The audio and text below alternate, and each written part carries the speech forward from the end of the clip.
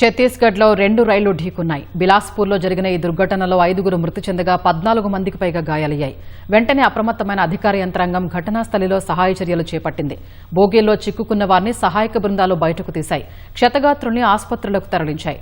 Railway signal వ్యవస్థ వైఫల్యం లేదా మానవ తప్పిదం వల్లే ప్రమాదం జరిగినట్లు అధికారులు ప్రాథమికంగా అంచనా వేశారు.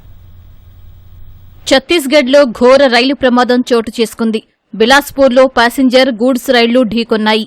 ఈ ప్రమాదంలో 5గురు మృతి చెందగా 14 మందికి పైగా గాయాలయ్యాయి. సాయంత్రం 4 గంటల సమయంలో లాల్ ఖదాన్ ప్రాంతంలో ఘటన జరిగింది. పలు రైలు బోగీలు పట్టాలు తప్పాయి.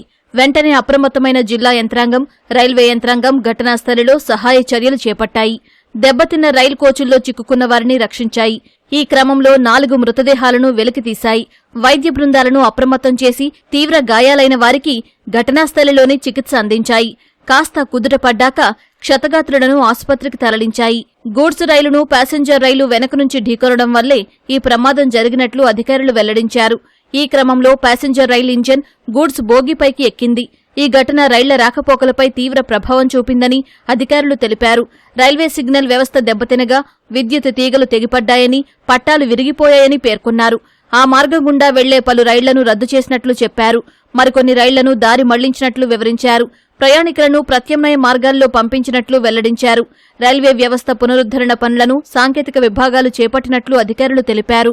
ఈ దుర్ఘటనపై రైల్వే అధికారులు దర్యాప్తు చేపట్టారు. ప్రమాదానికి గల కారణాలపై ఆరా తీస్తున్నారు. సిగ్నల్ వ్యవస్థ వైఫల్యం లేదా మానవ తప్పిదం వల్లే ప్రమాదం జరిగినట్లు అధికారులు ప్రాథమికంగా అంచనా వేశారు.